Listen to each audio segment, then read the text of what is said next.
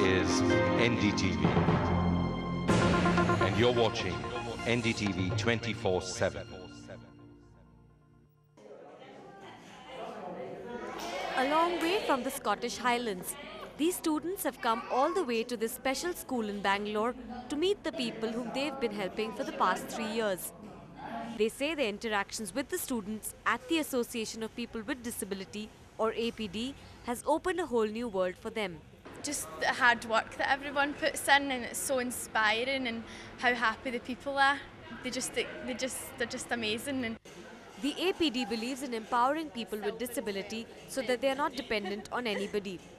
As part of their curriculum, the students here are given vocational training like sewing and gardening. In fact, the embroidery done by students over here is given to major companies like Marks and Spencer's. They've gone into the slums, and it's really been a cultural challenge and an emotional challenge for most of the staff and most of the pupils who have taken part in this visit.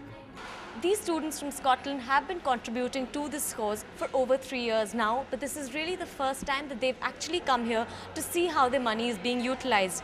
And this process, they say, has made them learn enough to gain knowledge to last a lifetime. In Bangalore, with camera person Veenu Subbiah, Archana Patni for NDTV. This is NDTV, and you're watching NDTV 24/7.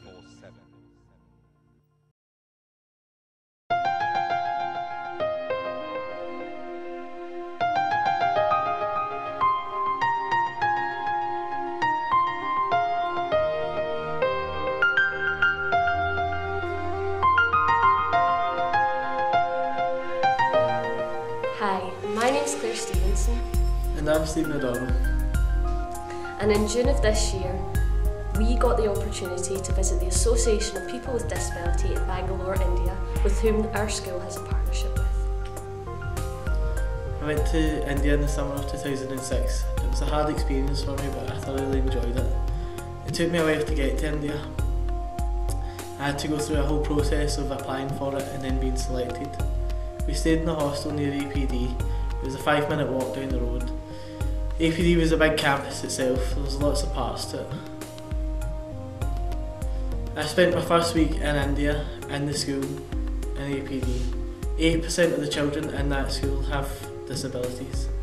I spent most of my week with 3 people, Rupesh, Rani and Shamala. Rupesh has brittle bones, Rani had her arm amputated in an accident, and Shamala is deaf. There's a wide range of disabilities within the school at APD. It went from mental handicaps to physical handicaps. A lot of children had calipers or were in wheelchairs. Some of them couldn't move by themselves and had to have other children push for them.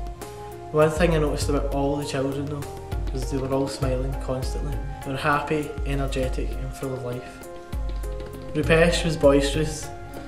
He was always carrying on with the other boys, even though the slightest violent movement could break a bone for him.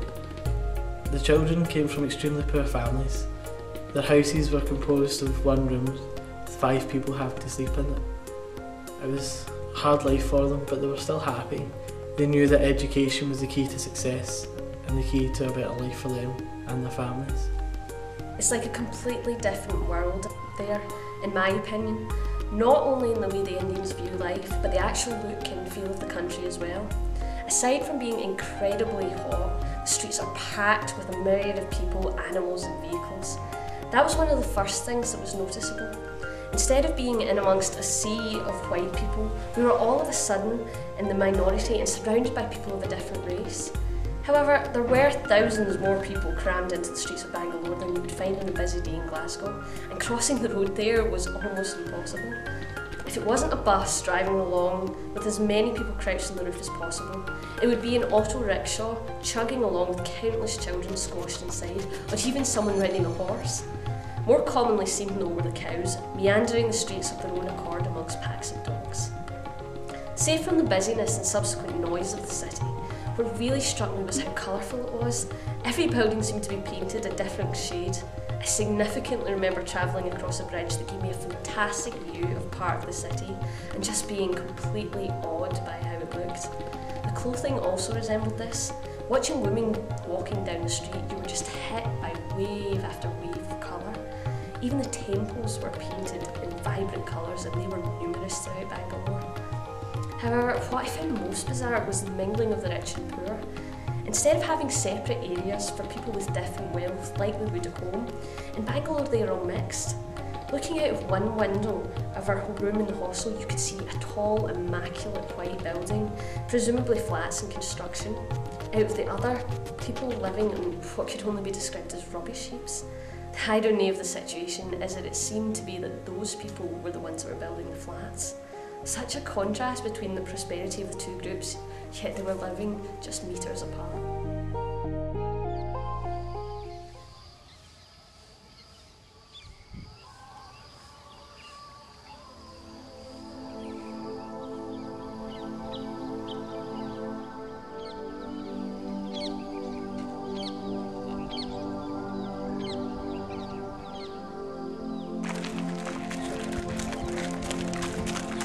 However, APD doesn't just work there, but also works in the surrounding areas, the rural areas.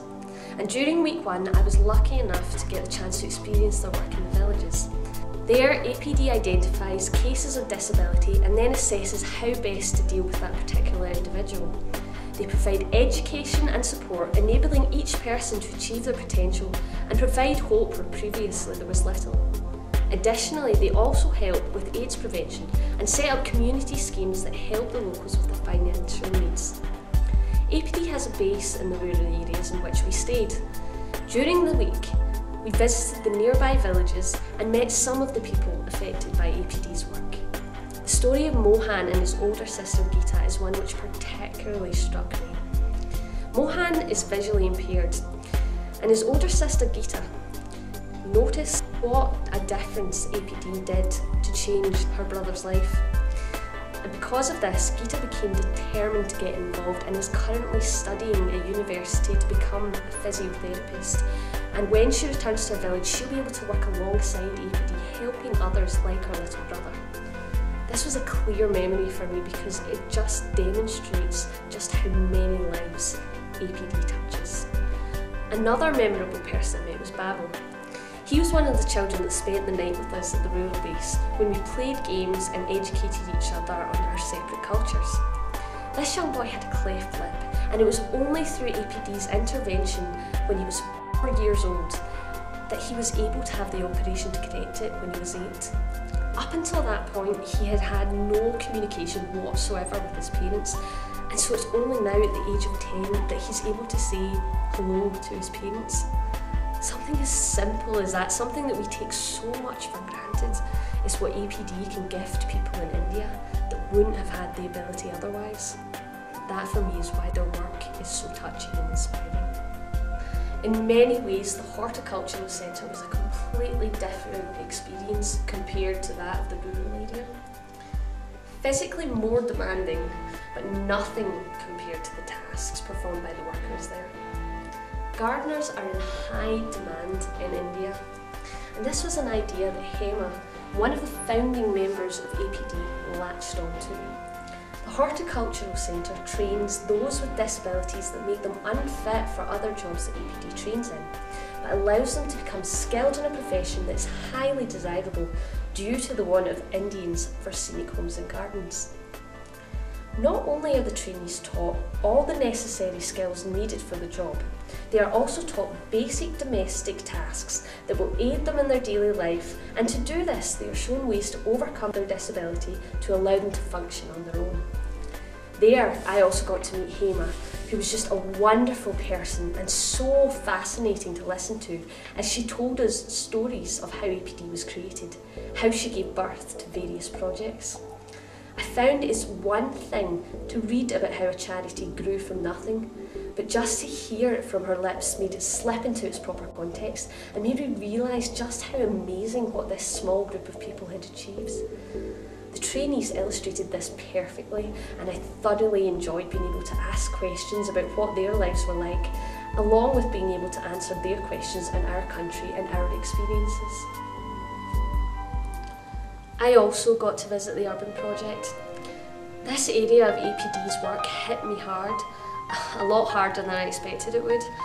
I wasn't ready for what the slums would be like, and afterwards I was just shell-shocked. The stench of the open sewers, the high piles of rubbish, the tiny houses and the children running about in that mess in bare feet was something I'll never forget. This is why I feel it's important to keep giving to APD and keep working alongside them, because although much has been achieved, there's still a lot more to be done. I think the trip to Bangalore has impacted me in many ways as well. I thoroughly enjoyed the educational side of things, being given the chance to view a country much different to my own and learning about another culture. Aside from being fascinated by the different customs, I loved getting a snapshot of how someone else lives their life. It's really made me appreciate what I have and made me question attitudes in this country towards people of different cultures. Why shouldn't they be allowed to practice their own religious customs in our country?